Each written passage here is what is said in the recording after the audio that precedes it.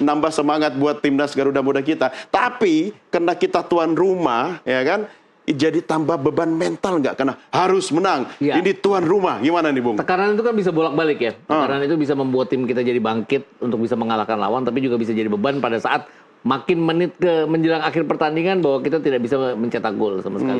Oke, semifinal 2 tahun lalu kita menang 3-1. Tapi harus diingat juga bahwa seolah-olah kita sudah lolos ke final saat itu berhadapan dengan tuan rumah Thailand, kita menang 3-1. Di final pun kita tidak bisa cetak gol 0-0 dan kemudian kalah adu penalti melawan Vietnam. Jadi hal seperti ini di sepak bola kan sering. Tim yang menguasai jalannya pertandingan tidak bisa cetak gol, dengan peraturan adu penalti kita bisa kalah. Dan yang harus diwaspadai oleh Thailand juga lini belakang mereka ya. Ada Yosakon Burapa juga kalau kita lihat ya, punya kemampuan cetak gol banyak. Baru 1 gol selama ini, tapi gerakannya kan juga dia bisa bermain seperti Raven lah. Bisa main di tengah, juga bisa main di sayap, bisa berpindah ke kiri maupun ke kanan dengan sama baiknya. Ini yang harus diwaspadai oleh tim kita, bahwa harus all out di segala lini. Ujian sesungguhnya melawan Thailand ini karena lini belakang kita yang dalam 3 pertandingan tidak terlalu teruji, pasti akan teruji di pertandingan malam ini. Oke, nah jangan lupa Bung Gita, selain serangan balik cepat Thailand, mereka juga punya striker yang berkualitas. Ya kan? Apa strategi khusus kita dengan kondisi striker kita? Yang tidak ini ya. Tapi sebenarnya sama aja. Kemarin kalau kita lihat Burapa maupun Pocai yang dua-duanya 4-3-3 kan mereka. Pocai itu ada di kanan, Burapa ada di tengah. Itu dua-duanya melawan Myanmar juga seperti mati ya. Ini Burapa? Ya, ini bukannya mereka disebut El Patok ya? Iya betul. Tapi kan? Tapi kemarin melawan Myanmar saya nggak ngelihat gerakan-gerakan yang luar biasa dari nggak maksimal karena lawannya Myanmar. Mungkin akan keluar malam ini. Iya mungkin saja. Tapi kan intinya adalah Myanmar seperti halnya Malaysia. Mereka disiplin di belakang. Ya tidak terlalu ini. Ini yang kita harus lakukan. Disiplin di belakang. Kalau Myanmar bisa melakukannya, harusnya barisan belakang kita juga akan bisa melakukannya dengan sangat baik. Tapi plus mereka lini belakang juga sangat kokoh loh. Iya, itu. Dan ini intinya adalah gini. 3 pertandingan kita belum kemasukan. Artinya kan lini belakang kita entah belum teruji, tapi entah solid. Antara dua. Thailand juga 2 pertandingan belum kemasukan. Ini antara 2 tim yang punya yang tidak punya kemampuan cetak gol bagus, tapi lini belakangnya juga bagus. Ini yang membuat pertarungan ini akan sangat menarik di lini tengah. Kemudian kalau kita tadi utak-atik ke line up pemain kita, kan bisa aja di babak kedua nanti kalau misalnya Rahmat Arjuna tidak terlalu berfungsi dengan baik seperti halnya pertandingan sebelumnya kan dia diganti. Artinya siapa yang akan mengganti? Hoki Caraka bisa masuk di tengah, Raven kan punya kemampuan untuk bermain di sayap. Nah itu bisa dilakukan yang seperti itu. Gerald Van den Broek harus berani mengotak-atik pemainnya karena selama ini kan belum pernah dicoba Raven dan Hoki Caraka bermain secara bersamaan. Kalau sudah mentok ya kenapa tidak dicoba? Karena itu dua-duanya yang pasti akan membuat lawan akan bingung harus menjaga yang mana nantinya seperti itu. Ada satu lagi nih, pemain-pemain timnas Garuda, siapa? Gajah Perang Muda, ya kan? Ini kan mereka sudah sering bermain secara reguler ya di Liga Thailand. Nah, itu sebagai sebuah ancaman besarkah bagi kita? Ini kan soal jam terbang, ya, jam lapangan ya kan? Gimana?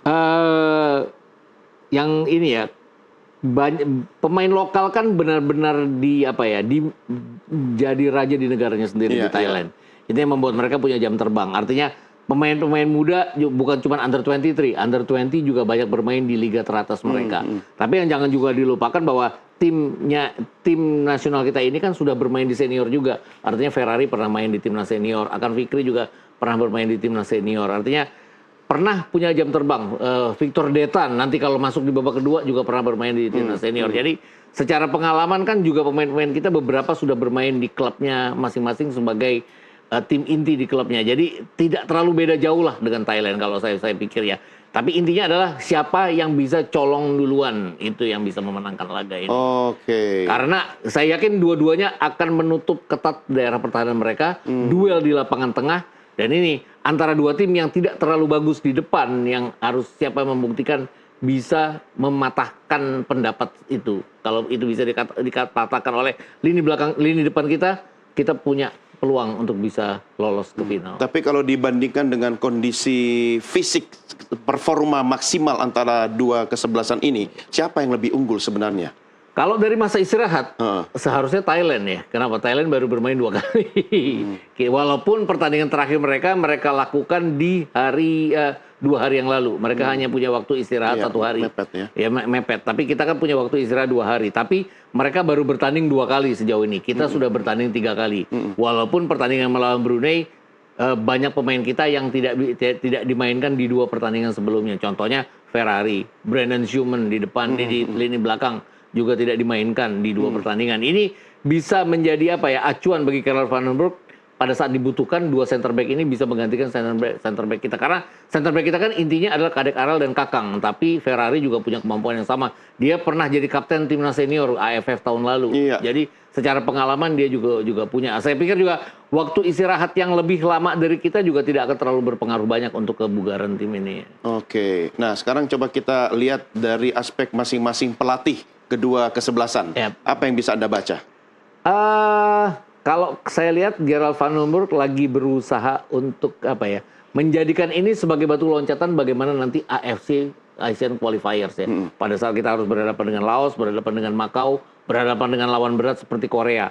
Karena pastikan target dari federasi adalah kita pernah lolos ke Piala Asia sampai semifinal. Masa yang sekarang tidak bisa lolos lagi. Jadi saya pikir dia menjadikan tim ini sebagai batu loncatan, turnamen ini sebagai batu loncatan bagaimana membentuk tim nanti, siapa yang harus ditambah dan sebagainya. Tapi kalau dia bisa menghasilkan tim ini menjadi juara, itu sudah merupakan langkah awal yang baik bagi Van den Burg. Karena ada tekanan khusus nggak? Ya pasti ada ya. Kenapa? Karena sejauh ini kan sejak kita kalah 0-6 dari tim senior kita dari Jepang, itu tekanan khusus kepada jajaran pelatih Belanda itu kan. Dan dia kan juga salah satu yang dibawa oleh jajaran pelatih Belanda itu. Jadi pasti ada tekanan ke dia, kenapa dia harus bisa menjadi juara di sini. Juga dia juga yang paling komen waktu Liga 1 kabarnya akan menggunakan 11 pemain asing yang dia bilang a joke gitu kan dia bilang. Dan dia mengharapkan banyak sekali under 23 atau under 20 yang bermain di liga. Ini seperti sindiran dia bahwa dia butuh jam terbang bagi para pemainnya. Dan kalau melihat kunci kepelatihannya dia kan sudah lama sekali ya tidak melatih. Ya ini kesempatan dia pertama ada yang jeda yang panjang ya, ada jeda yang panjang. Pengaruh nggak sih bagi seorang pelatih gitu untuk kemudian panas lagi atau? Secara teori mungkin tidak, karena kalau kita nganggur pun kadang-kadang kita baca kan update segala macam. Tapi secara tangan dingin pasti akan ada pengaruhnya. Dan tim ini kan saya harus jujur mengatakan bahwa tim ini secara kualitas agak sedikit di bawah dari tim under 23 yang lolos ke final 2 tahun yang lalu. Anda melihat ada kendala khusus nggak atau kendala psikologis antara pelatih kita dengan pemain kita yang saat ini? Kayak sih enggak, tapi dari sisi kreativitas kita minim pemain seperti Marcelino Ferdinand yang bisa di aspek pemainnya kan, bukan soal pelatih. Ya, Witan juga kan waktu itu juga sangat luar biasa. Ada Egy juga di sana. Ada Ferrari. Jadi artinya hanya Ferrari yang benar-benar senior yang masih ada di sini. Ini saja kendalanya bahwa kalau dibilang kok tim ini gini-gini aja, tapi ya memang baru sampai di sini tim ini, tapi AFF cukup lah kalau saya bilang. Oke, kalau bicara plus minus, kita ada minusnya di sini, plusnya di situ, bisa saling melengkapi. Harusnya bisa. Ya. Oke. Karena kalau ujiannya hanya AFF, sebenarnya yang agak saya ragukan adalah pada saat kita berhadapan dengan Korea nanti bulan September nanti ya di Sidoarjo itu karena yang lolos hanya juara grup dengan 4 runner up terbaik. Jadi runner up terbaik artinya kan kita harus menang jumlah gol banyak melawan Laos, melawan Macau, dan ini tim belum bisa cetak gol banyak, itu aja persoalannya. Itu yang saya takutkan. Oke, kalau Anda analisa coachnya Thailand seperti apa? Belum terbukti juga ya kalau bilang. Ini tim juga setengah dia bangun, tapi mungkin untungnya adalah dia bisa comot dari klub masing-masing karena pemain-pemain ini sudah terbiasa bermain di mereka klub Liga 1. keuntungannya sudah rutin bermain di liga dalam negerinya ya. Kalau kita kan memang ya, Donitri bukan inti juga di Persija.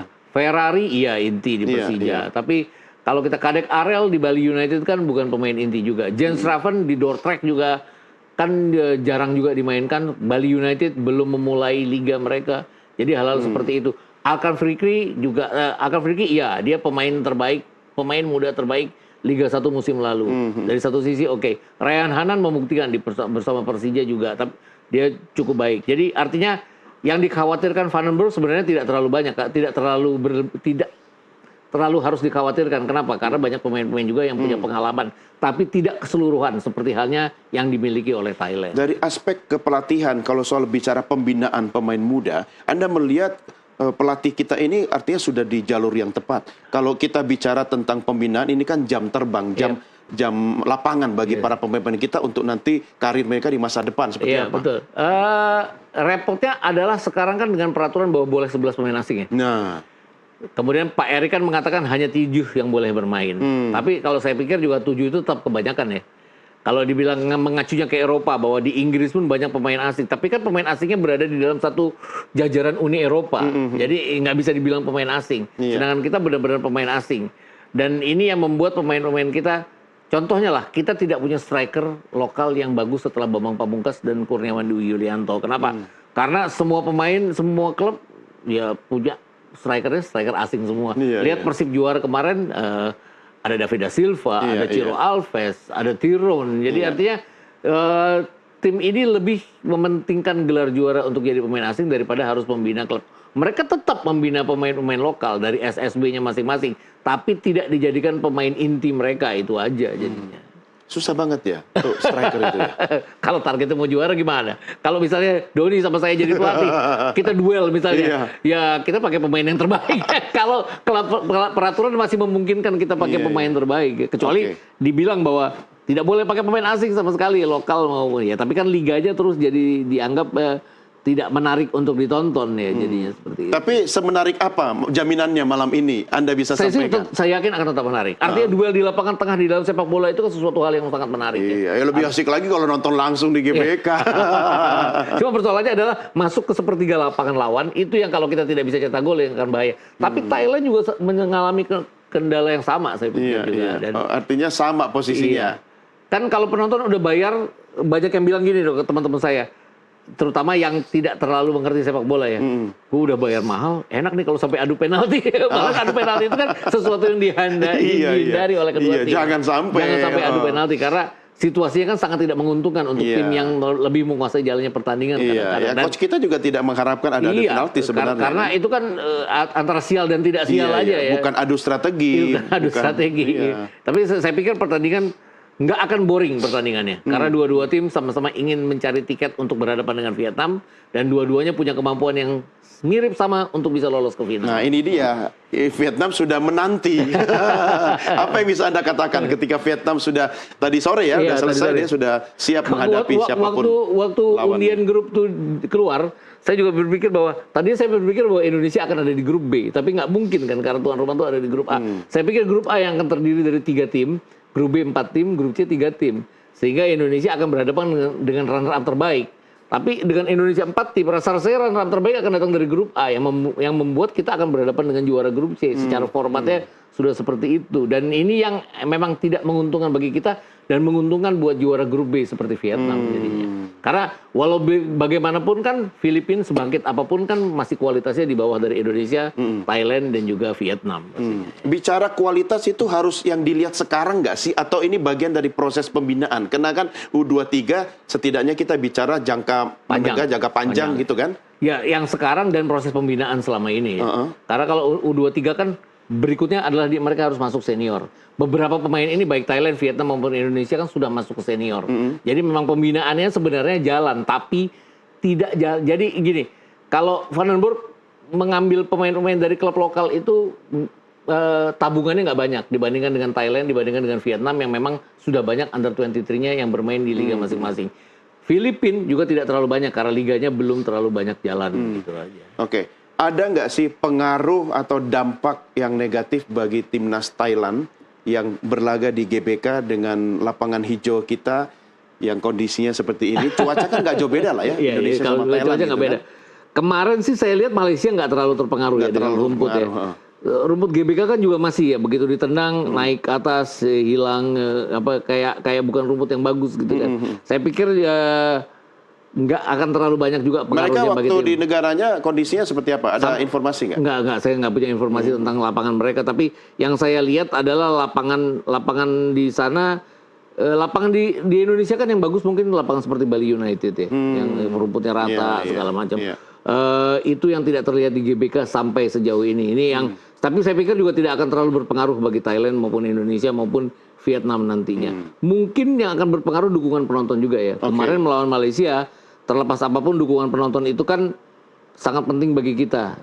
Kita menyerang terus, kita tidak bisa cetak gol. Malaysia ada satu sisi lapangan di pojok utara yang kosong. Kenapa? Karena penonton Malaysia tidak datang sama sekali. Oh. Nah tadi kalau kita lihat kan juga tidak banyak penonton Iya, Thailand iya, ya. Dan iya. mungkin itu hal yang terjadi bahwa tidak ada dukungan bagi Thailand, tapi tidak menggambarkan bahwa itu 100% akan merupakan keuntungan bagi kita. Kita pernah diuntungkan dengan di Piala Dunia Senior ya, dengan supporternya demikian banyaknya. Tapi saya belum melihat bahwa di Under 23 kedatangan penonton benar-benar membuat kita jadi, bahkan penonton tersedikit kan melawan Brunei. Kita justru menang dengan angka yang lebih karena Brunei-nya, bukan karena penontonnya juga. Jadi. Oke, ya paling tidak malam ini kan Anda langsung merapat kan? Habis ini kan langsung ke sana kan?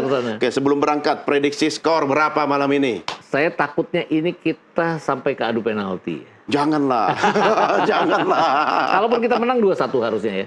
2-1 ya, untuk timnas Garuda Muda kita ya. Mudah-mudahan. Oke.